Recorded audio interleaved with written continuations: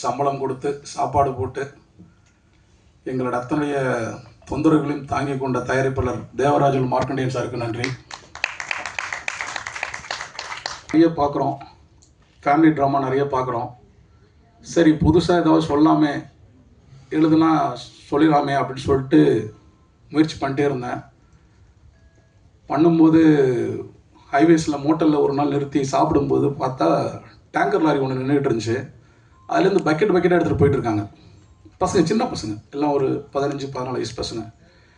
என்னடா பக்கெட் எடுத்துகிட்டு போகிறானுங்க அப்படின்னு சும்மா அப்படியே ஃபாலோ பண்ணி போய் பார்த்தா ஷாக்கிங்.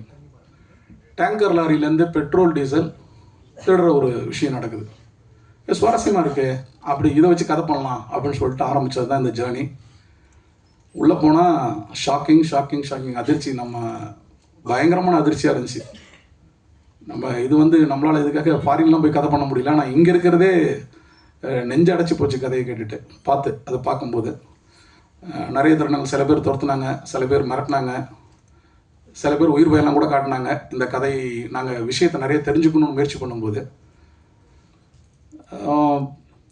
சரி ஏன் இந்த படத்தை, சரி நம்ம இந்த அண்டர்வேல்டை பற்றி மக்களுக்கு என்ன தேவை அப்படின்னு யோசிக்கும்போது, திருப்பி கண்டினியூஸாக அந்த 10 இயர்ஸ் ஜேர்னியில் ₹2 பெட்ரோல் டீசல் விலையேறினா நம்மளோட மந்த்லி பட்ஜெட் சாதாரணமாக 5000லேருந்து 10,000 ரூபாய் ஏறிடுது. ரெண்டுத்துக்கு இருக்க கனெக்ஷன். ஸோ இந்த திருட்டுக்கும் இந்த மாஃபியாவுக்கும் அதுக்கு பின்னாடி இருக்க இந்த பிஸ்னஸுக்கும் நாம் நேரடியாக பாதிக்கப்படுறோம். ஸோ இது மக்களுக்கு கண்டிப்பாக சொல்லலாம். அதனால் காதல் கதையும் இந்த ஃபேமிலி சென்டிமெண்ட் விட்டுட்டு இந்த கதைக்குள்ளே போகலாம் அப்படின்னு சொல்லிட்டு தான் அது ஜானி இன்னும் ஜாஸ்தி பண்ணேன். ரகசியத்தை தெரிஞ்சுக்கிறதுல எப்பயுமே நம்மக்கிட்ட ஒரு ஆர்வம் இருக்கும். மூடி வச்சிருக்கும் போது அது கைக்குள்ளே என்ன இருக்குன்னு தெரிஞ்சுக்கிற ஒரு ரகசியத்தை தெரிஞ்சுக்கிற ஒரு ஆர்வம். அந்த ரகசியம் இந்த டீசல் ரகசியம். நிறைய ரகசியம் இருக்குது.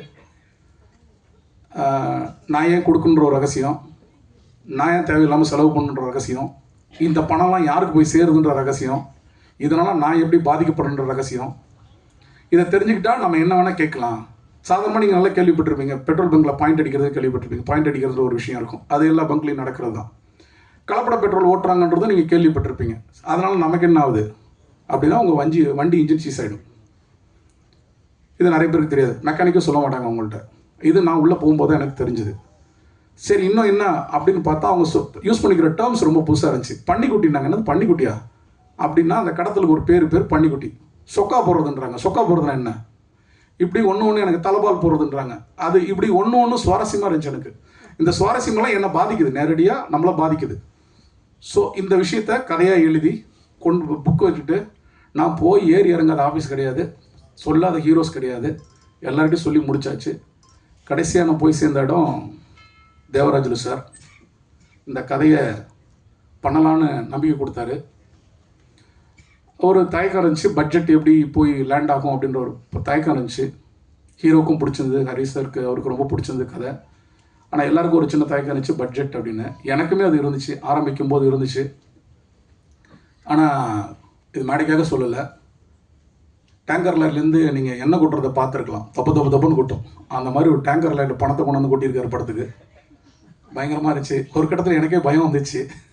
நான் சொல்லியிருக்கேன், வேணாமே நிறுத்த முடியாது அப்படின்னு தேவராஜ் சார் சொல்லிட்டாரு. அந்த மாதிரி செலவு. ஏன்னா அந்த கதை அது கேட்டுக்கிட்டே இருந்துச்சு. அவரும் வேணாங்க, பண்ணிடுவோன்ட்டு ஒரு அது கடவுள் மேலே வச்சுருக்க நம்பிக்கை, இல்லை அந்த கதை மேலே வச்சுருக்க நம்பிக்கையா, இல்லை அவர் தயாரிப்பு மேலே அவர் வச்சுருக்க நம்பிக்கையா தெரியல. எல்லாத்தையும் மீறி அப்படி ஒரு விஷயத்தை பண்ணி முடிச்சிட்டோம்.